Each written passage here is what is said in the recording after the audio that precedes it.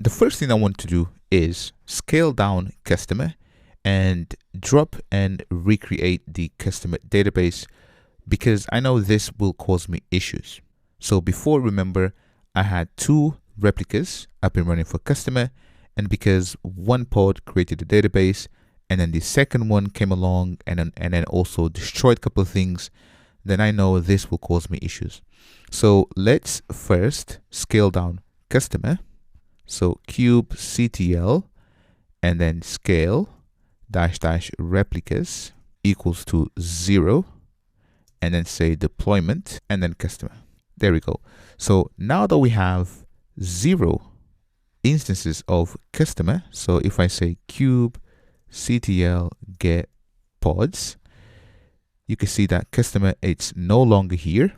Let's go ahead and run some commands inside of our Postgres pod. So psql, so kubectl exec it postgres -- psql capital U amigos code, and here let me just say drop database and then customer, and you only have to do this if you have more than one replica for customer. So there we go. Now instead of dropping, I want to create the database again, so we're going to need it. So create database and then customer. All right, so now I'm going to press Ctrl D, come out. Let's scale customer again. So instead of 0, we want 1 back. There we go. You can see deployments, apps customer scaled. And if I say kubectl get pods, you can see that customer will be up and running in a second. So don't really trust this right here. That's because we don't have any liveness nor readiness probes configured. But our application really takes about 10 to 12 seconds to be up and running. So this now is up and running. Now let's have a look at the services. So kubectl get svc, and we have customer, fraud, notification. Now fraud and notification, these are internal, can only be accessed by internal pods, but customer is type load balancer as well as Zipkin. Now you saw that if we want to access our load balancers, we can just say mini cube and then tunnel. Now I need to add in my password because of port 80 needs privileges. So add in my password, enter, and as always, wrong password. And there we go, it works.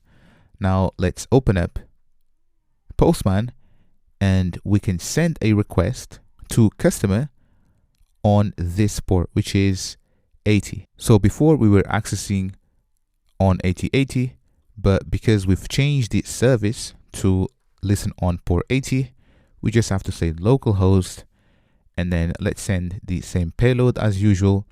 And this time the request should go through all microservices. So send, and check this out, 200 status code, which means that it did work. Now we can go and check the logs and all that stuff in the database, but I can guarantee you that it works because of the status code. Let's also check Zipkin. Zipkin is listening on localhost 9411, and let me just refresh this. There we go. And I can even go to dependencies, and this should show me all the dependencies. But have a look, currently customer pushes to the queue, notification picks it up from the queue, and then we have customer as well that talks to notification. So this is kind of cool.